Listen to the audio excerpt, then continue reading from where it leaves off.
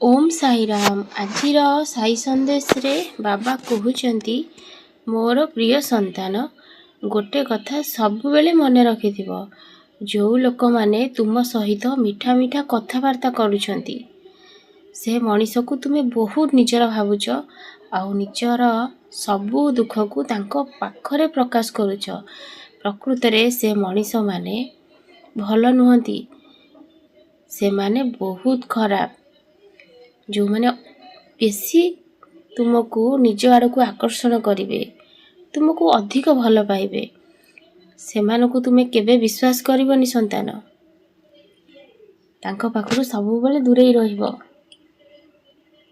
ईश्वरंको छड़ा काहारी पाखरे तुमर मनर कथा को तुमे प्रकाश करिवनी।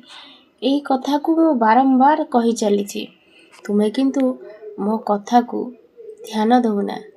जेते बेले भी जीवन रे दुख आसुची सेते बेले निजको तुमे गोटे जगह रखी पारुना।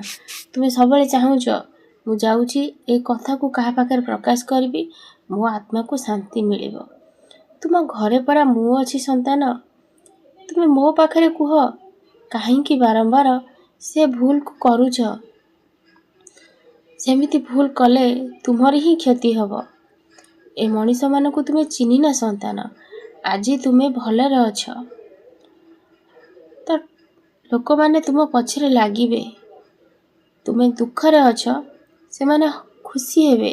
जेतेबेले तुमे भलरे रहिबो ना, पुणी सेई कथा को तुमे तांको आगे जो कहिछ से माने बाहर लोकन पाखरे प्रकाश करिवे। पुणी तुम घर संसार रे निया लागि जीव संतान। पुणी असुविधा देखा दिबो। सेथि लागी समय थाउ थाउ निजको बदलाई दियो।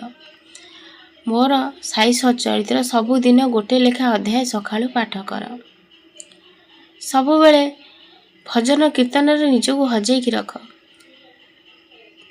समय बहुत मूल्यवान, तुमे समय को वृथारे नष्ट करूछ। एइटी सेइटी बसी पर निंदा पर आलोचना रे शामिल होउछ। यदि सेतिकी समय तुमे भगवानकर भजन, भगवानकर किछि भल कथा सुनता ना, तुम जीवन सुखमय होई उठंता।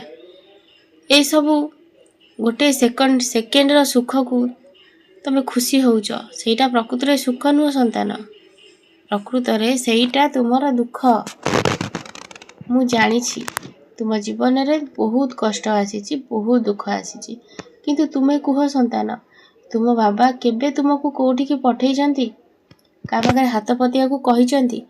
जेमिति हेले तुम बाबा तुम समस्या समाधान करिसंती। जीवन रे सुख दुख लागि की रहिबो।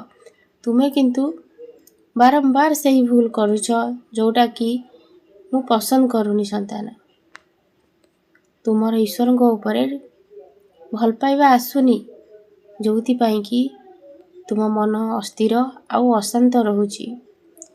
तुमर जदि ईश्वर को प्रति भल पाइबा आसंता ना, तुमे मुठिए पखाळ भात खाइकी भी बहुत खुशी रे आनंद रे रुहंत। तुमे किंतु सेतिरे शांति हेई पारुना। काहेकि ना तुमे मंत्र पाठ करूना। गोटे दिन पाठ करूछ पुणी भूली जाउछ। निरंतर जप पाठ करिकी देख जीवन केमिति बदली जीव संतान। मो कथा ऊपर भरोसा रख, किंतु गोटे जिंस सबले मन रखिबो। मु जानिछि तुमे निजको बदलाई पारिबो। तुमे खुशी आनंद रे रुह संतान। मु तुम सही